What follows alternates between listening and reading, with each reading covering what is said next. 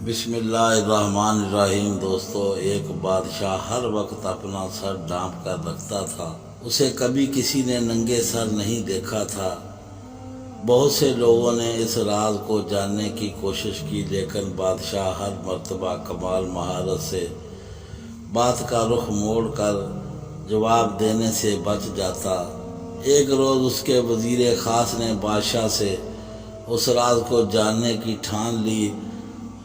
हस्ब मुताबिक बादशाह ने बड़ी कोशिश की कि किसी तरह वज़ीर का ध्यान इधर उधर हो जाए, लेकिन उसने भी जानने का मसमन इरादा कर रखा था। आखिर बादशाह ने वज़ीर के सामने हथियार डाल दिए, लेकिन उसे एक शर्त पर बताने को की हामी भरी कि वो आगे किसी को नहीं बताएगा, और साथ ही कहा कि अगर उसने शर्त की खिलाफ वर्जी की तो उसे सख्त सज़ा भुगतना होगी। बादशाह ने बताया कि उसके सर पर एक सींग है, इसलिए वो अपने सर को हमेशा ढांप कर रखता है। इस बात को कुछ दिन ही गुजरे थे कि पूरे शहर में ये खबर फैल गई कि बादशाह के सर पर सींग है। बादशाह को बहुत गुस्सा आया। उसने उस वज़ीर ख़ास को तलब किया और शर्त की खिलाफ वर्जी की पादाश में शाही हुक्म सादर किया कि उसे सख्त से सख्त सज़ा दी जाए।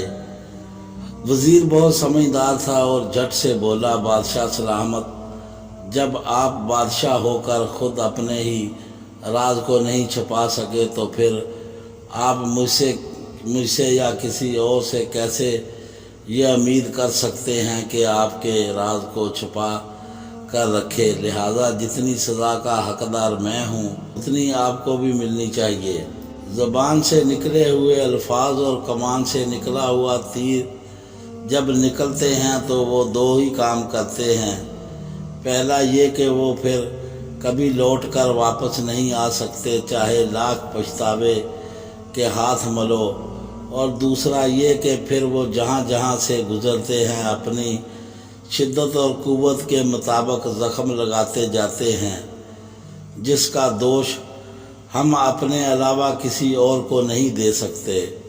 इसलिए कहते हैं कि जब तक अल्फाज आपके अंदर रहते हैं और आपके ग़ुलाम होते हैं, और जैसे ही वो अदा हो जाते हैं फिर आप उनके ग़ुलाम बन जाते हैं।